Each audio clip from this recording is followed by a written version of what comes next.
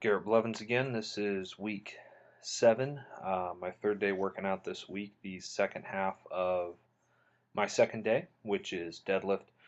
I recently purchased Brandon Lilly's updated cube method, which is, it's been called two things. First, he called it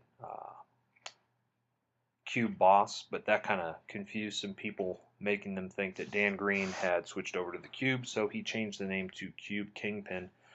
But really what the workout is, it's taken some of the principles from Dan Green's training and Brandon Lilly has incorporated it into the cube. What this ends up looking like is the percentage for the day. Let's say the percentage is 70% on an explosive day. That percentage is, you do your work sets at 70%, then you add 5%, so bring it up to 75, and today you'll see that instead of pulling with competition deadlift at 70%, I then go to 75% block pulls, and then you drop that from 75% by 10% to 65%, and for this day it's 2-inch deficit pulls. So you're working your competition movement, and then whether that's the squat, the bench press, or the deadlift on any given day, and then you modify that twice, bumping the percentage first up 5% from wherever it started on the day, and then you drop 10% from there to work the lift in two separate ways with two different intensities. I threw this in on week 7 because this is the one of the last weeks in the cube cycle that I'm going to run, and I wanted to see how this new program worked before I would try it to see what to expect. I came in on a Wednesday, having worked squat and bench press Monday and then some floor press on Tuesday. And then for this Wednesday, the next day was absolutely horrible. Extremely difficult workout. I didn't make all the sets I planned for myself.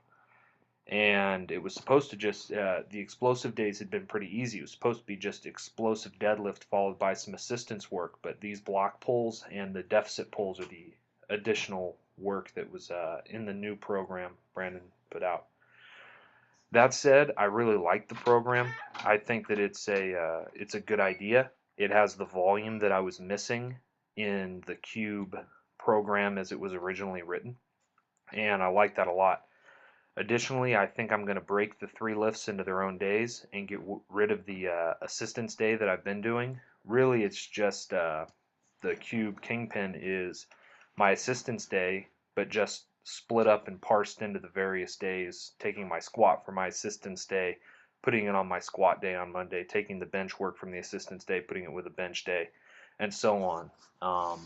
And so I think that's going to work out pretty well. I feel that my conditioning's been a lot better, and I kind of know what to expect when I'm doing the lifts in the same day.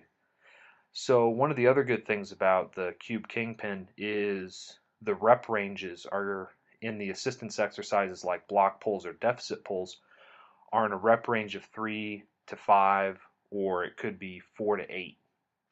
And so you can vary how many reps you can do with a given exercise and how many sets. You could do 2 sets or 3 sets, as Brandon writes it out, based on how you're feeling that day. And so these are things that allow, in much the same way that reactive training, RTS training works, where you really feel the weights and you go with where you're at that day. This really made the 365 strong number make a lot more sense to me, because I was tired this day from squats Monday and working out Tuesday, and it was just a really difficult workout that I barely got through. So I enjoyed this workout. I enjoyed the change, and it was a good workout, and I appreciated the volume that was added in, and I think it's going to be a real challenge moving forward. But that's okay. That's what I want. I want to be challenged, and yeah, I'm excited about it. I'm also excited about this verse here. It talks about when our bodies are going to be transformed, to be conformed to Christ's body, a glorious body, a body in line with the resurrection. And so all the work that I'm putting in to transform my body into being a stronger physical body is important, but as I've said before, it's important to remember what is really of highest importance, and that's our spiritual lives. Blessings.